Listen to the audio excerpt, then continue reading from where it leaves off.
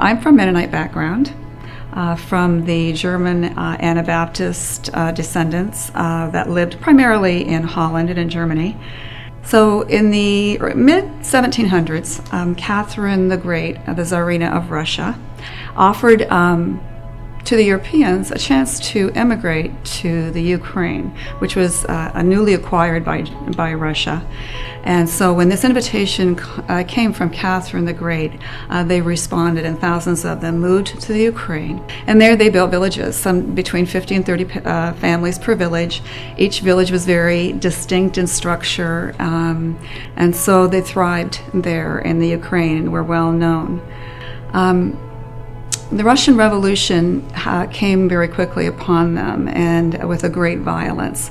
During the Peasant Revolt, there was a great uprising, and the Mennonites found themselves right in the center of a lot of that activity and a lot of that violence. And one of the rebels that was the most notorious and most vicious, his name was Machnau, and had a special hatred for the Mennonites for some reason, and so he targeted those communities. My husband's grandfather at that time had heard that the Machnau and his rebels were targeting their little village in Khortytsa, and they were on their way. And instead of taking up arms, he said, "No, we will not fight back. We must turn the other cheek." And so he told the children to go and hide up in the loft. And he had his wife take their what meager food they had remaining and cook it in preparation for the rebels to come into the village. And they waited and they prayed, and they were very sure that God was going to protect them. The rebels did come. They heard horses in the barnyard, and the front door burst open, and Machnau was followed by his band of men into the room. And when they saw Vic's grandparents standing there and the food on the table, they stopped short. And the grandfather said, we knew you were coming, and we prepared this meal for you. Please sit and eat. And Machnau and his rebels did just that. They sat and they ate. And when the meal was over, they turned to Vic's grandfather and said, "You know that we were coming to take all you had and to kill you. We had a plan. And because of your generosity, you are safe for now." And he left. And grandfather knew that it was because of God's faithfulness to do what God wanted him to do and to show mercy and generosity that he had survived.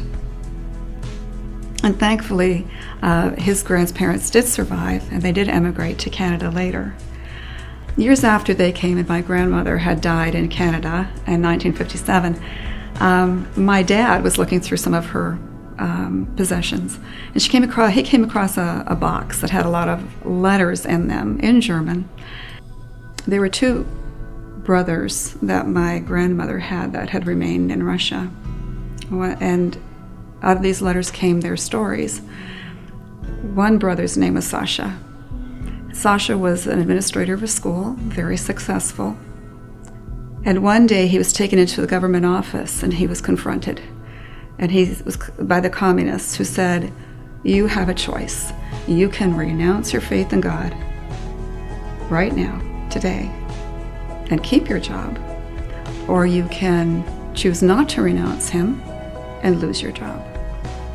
Perhaps he couldn't bear the thought of his three children starving and his wife starving before him, but he renounced his faith in God. And his life changed. He did keep his job, but he was watched every moment of every day. He was called out in the middle of the night to come to meetings. He was never with his family.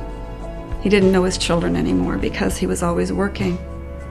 The communists who had asked him to renounce his faith didn't trust him because they felt if you can renounce your faith that easily, you are not to be trusted. And so his life became tormented and sad, and he became a very miserable man. As it turns out, he was arrested eventually by the KGB and sent to Siberia, where he disappeared. My dad had another uncle who stayed there. His name was Kolya. And Kolya was a manager in a factory. He was given the same ultimatum, told, you can renounce your faith and keep your job, or you cannot renounce your faith and lose your job. He had a faith that was very deep, and he said, whatever happens, I will never renounce God. He lost his job. And the family grew even more poor and in dire straits. They didn't have food to eat. His wife was sick, and his small child Hans was very fragile and frail.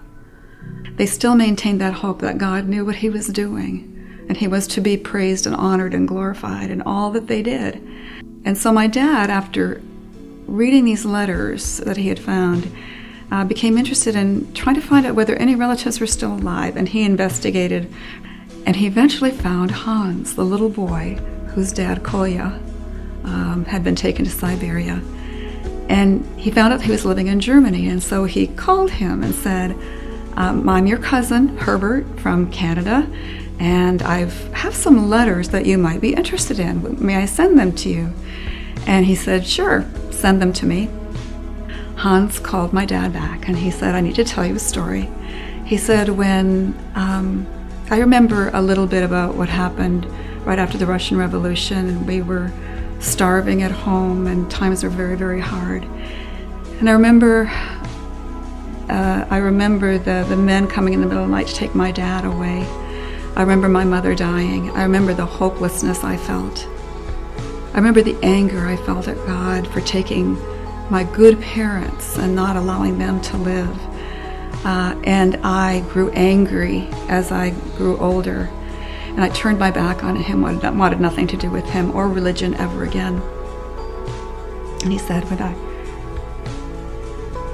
I read those letters that my parents had written,